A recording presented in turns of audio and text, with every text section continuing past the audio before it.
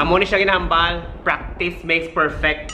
Para pag-abot sang Valentine's Day sa February 14, perfect na. Pero remind na lang kamo ha. Remind na lang kamo ang Valentine's Day para ina sa mga original. Kag may marriage certificate.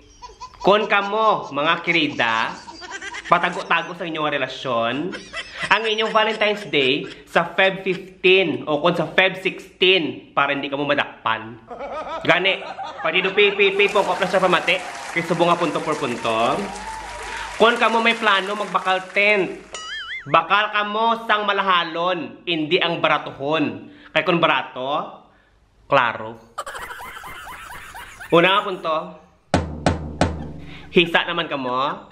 Kung ka mo na hisa, bakal tent kag magtupad digto. Pero isagid lang akon mahambal. Para sa naga-video.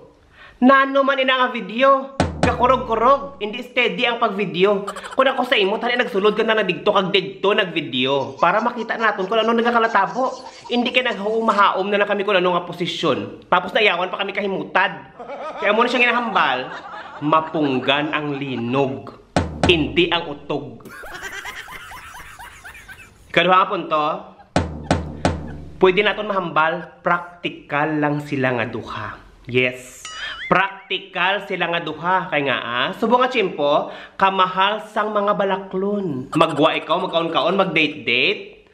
Kamahal sang imo nga balaydan. Ti nga aabi nga ma-check-in ka pa. No? Nga aabi ma-check-in ka pa kay kung pwede sa tent na lang kamuya. Kasing sarap, pero di kasing mahal. Ikatatlo nga punto. Basta ganit nagahilapit ang Valentine's Day o kung February 14, tanan nga mga hotel, motel, fully booked. Nagakaubusan. Ilang tawa sila nga duha? Nag-tent na lang sa plaza. Pero mahambal ko lang sa ila, wais.